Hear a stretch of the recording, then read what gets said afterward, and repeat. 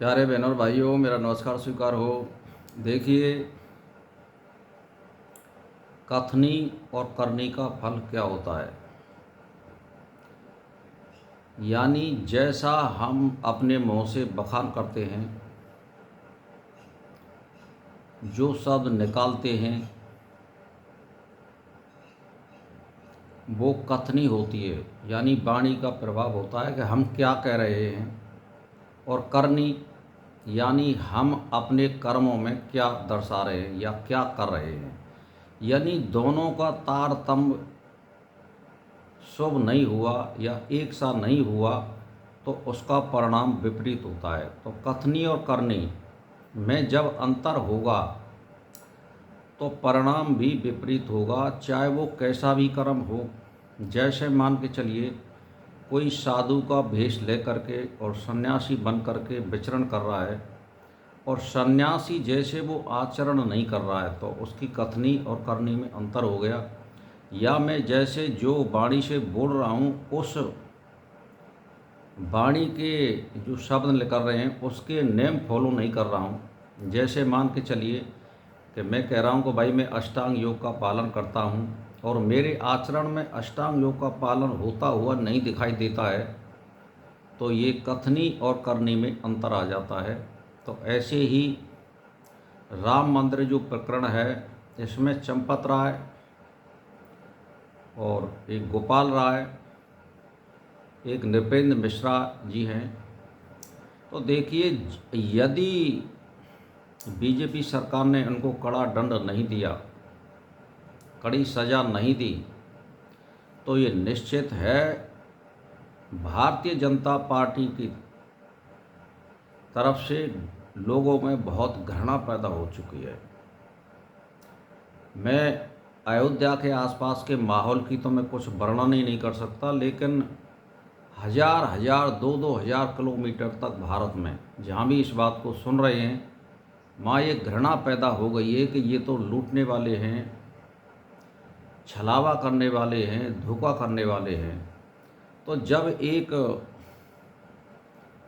घृणा पैदा हो जाती है किसी समुदाय से, यानी भारतीय जनता पार्टी से, तो फिर उसको लोग सपोर्ट नहीं करते हैं। भाई, मान रहे हैं कि बीजेपी ने अच्छा किया, अच्छा शासन कर रही है, लेकिन ये जो प्रकरण आया है ये बहुत बुरा प्रकरण है। इसमें सारी पोल बीजेपी की खुल गई है। अब इसमें यदि इन तीनों लोगों को बचाया तो बीजेपी की सरकार यूपी में आने वाली नहीं है, सीधी सी बात है। और यदि इनको कड़ा दंड दिया और राम मंदिर में अच्छी व्यवस्था करी और अच्छी तरह से ऑपरेशन किया इन लोगों का, तो फिर बात सुधर सकती है, अन्यथा बीजेपी का यूपी में हारना तय है। ये सीधी सीधी बात है।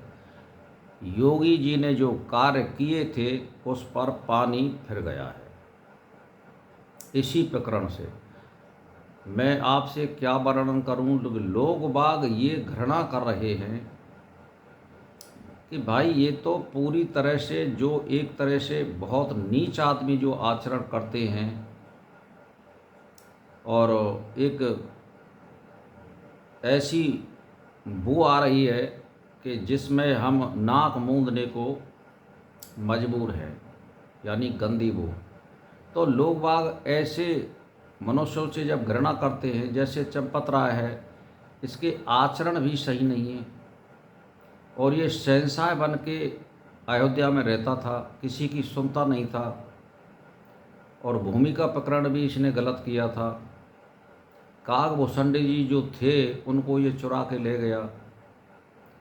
तो कहने का मेरा मतलब ये है कि मास्टर माइंड इसमें चंपत राय है।